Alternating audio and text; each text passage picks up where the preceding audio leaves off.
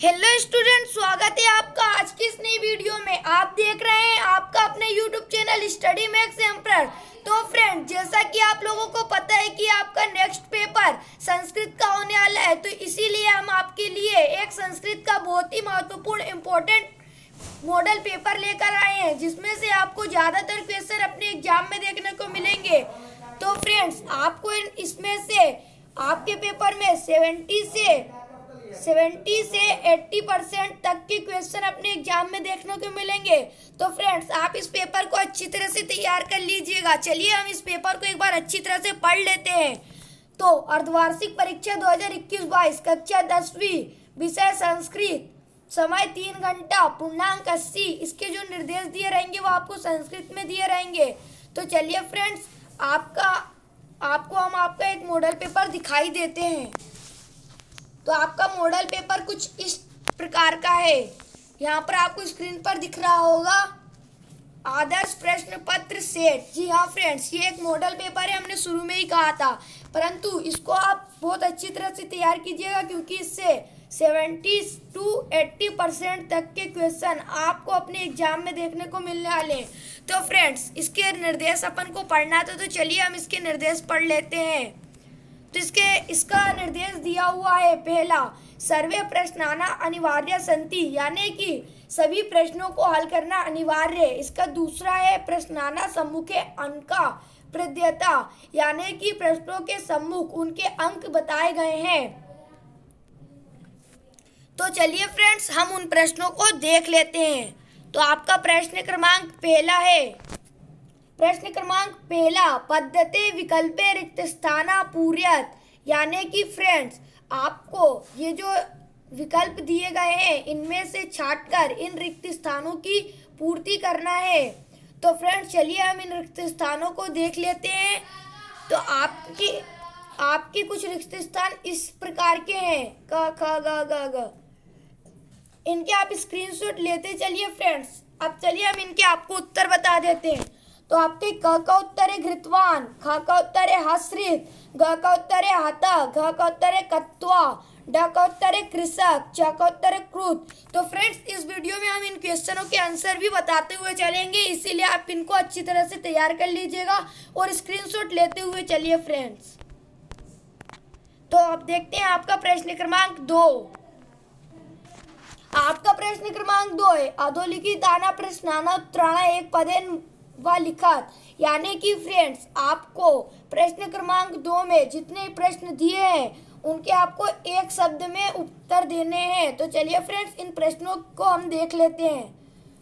तो आपका पहला प्रश्न है, सलीलम इत्यस्य एक पर्यायपद लिखत, इसका क का उत्तर है आपका जलम। जी हाँ फ्रेंड्स, उत्तर भी लिखते हुए चलिए, या फिर आप स्क्रीनशॉट ले सकते हैं।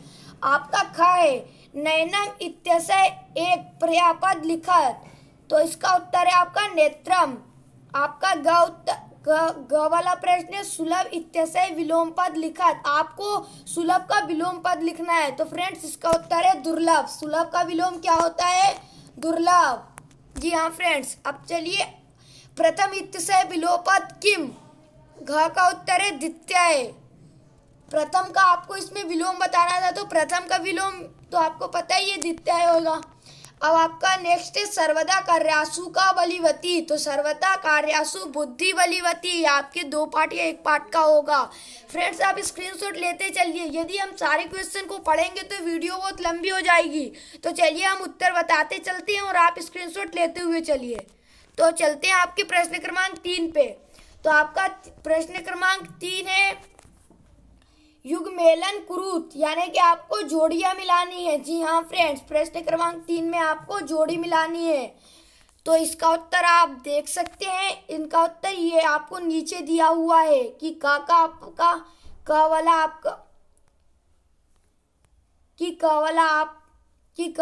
आपका चौथे में जाएगा, और ख वाला आपका पहले में जाएगा, और ग वाला आपका छठवें पे जाएगा। इसी तरह फ्रेंड्स, आप जोड़ियां मिला लीजिएगा और इसका स्क्रीनशॉट ले लीजिए। अब हम चलते हैं प्रश्न क्रमांक 4 की ओर। तो आपका प्रश्न क्रमांक 4 दिया हुआ है, शुद्ध वाक्यानु समक्ष आम, अशुद्ध वाक्यानु समझना इति लिखत। यानी कि फ्रेंड्स आपका जो प्रश्न क्रमांक 4 है वो सत्य असत्य है, जिसको आपको यदि ये सत्य है तो इसके ऊपर आपको आम लिखना है, यदि ये असत्य है तो इसके ऊपर आपको न लिखना है। हिंदी में जैसे आप सत्य असत्य लिखते हैं ना, उसी प्रकार संस्कृत में आपको आम और न लिखना पड़ता है। तो फ्रेंड्स आप इसके भी स्क्रीनशॉट ले लीजिए। देखिए आपके का है न, यानी कि पहला असत्य है, पहला असत्य है, दूसरे का है आम, दूसरा सत्य है, तीसरे का है न, तीसरा असत्य है, पांचवे का है आम, चौथे का है न, आपका चौथा भी असत्य है, और आपका तीसरा सत्य है, और आपका पांचवा है सत्य, आपका छठवा है असत्य। तो फ्रेंड्स आप सत्य सत्य की भी स्क्रीनशॉट ले लीजिए। अब हम चलते हैं प्रश्न क्रमांक नेक्स्ट प्रश्न की ओर। तो आपका नेक्स्ट प्रश्न है उचित विकल्प चित्वा लिखत, यानी कि आपका प्रश्न क्रमांक 4 में आपको सही विकल्प चुनकर लिखना है।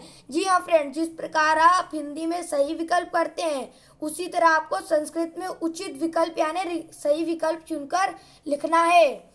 तो चलिए हम सही विकल्प भी देख लेते हैं। तो आपका पहला प्रश्न है नास्ति इत्यस्य संधि विच्छेद अस्ति।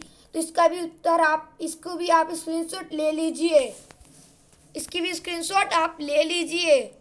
तो आपका ख है भोजन प्लस अंत्य इत्यस्य संधि भवत, यानी कि आपका भोजन और अंत्य को मिलाकर कौन सी संधि बनती है। तो आपका इसका हो जाएगा दूसरा भजनान्त्य। तो फ्रेंड्स आप स्क्रीनशॉट लेते हुए चलिए। आपका ग है यण संधि उदाहरणता अस्ति, यण संधि की इनमें से कौन सा उदाहरण है। तो आपका यण संधि का ये पहला वाला उदाहरण है, आपका ये केड़पी। अब आपका ग है समलम इत्यस्य में पदे समास अस्ति, यानी कि आपका समलम में कौन सा समास है। तो समलम में आपका अव्ययीभाव समास होगा। आपका पांचवा है निर्गता बला यस्यात् च इत्यस्य समस्त पद भवति। तो आपके पांचवे का दूसरा होगा निर्बला, पांचवे का निर्बला होगा। जी हाँ फ्रेंड्स, स्क्रीनशॉट लेते हुए चलिए। आपका च है पितरो इत्यस्मिन् पदे समास विग्रह भवति। तो पितरों में समास विग्रह करना है आपको, तो पितरों का समास विग्रह होगा माता च पिता च, माता च पिता च। तो फ्रेंड्स आज की वीडियो में इतना ही। उम्मीद है आपको वीडियो पसंद आई हो। यदि आपको ये वीडियो पसंद आई हो तो चैनल को लाइक करिए और अपने दोस्तों के साथ इस वीडियो को लाइक करिए और अपने दोस्तों के साथ शेयर करिए। तो फ्रेंड्स अब मिलते हैं अगली वीडियो में, तब तक के लिए जय हिंद, वंदे मातरम। Thanks for watching.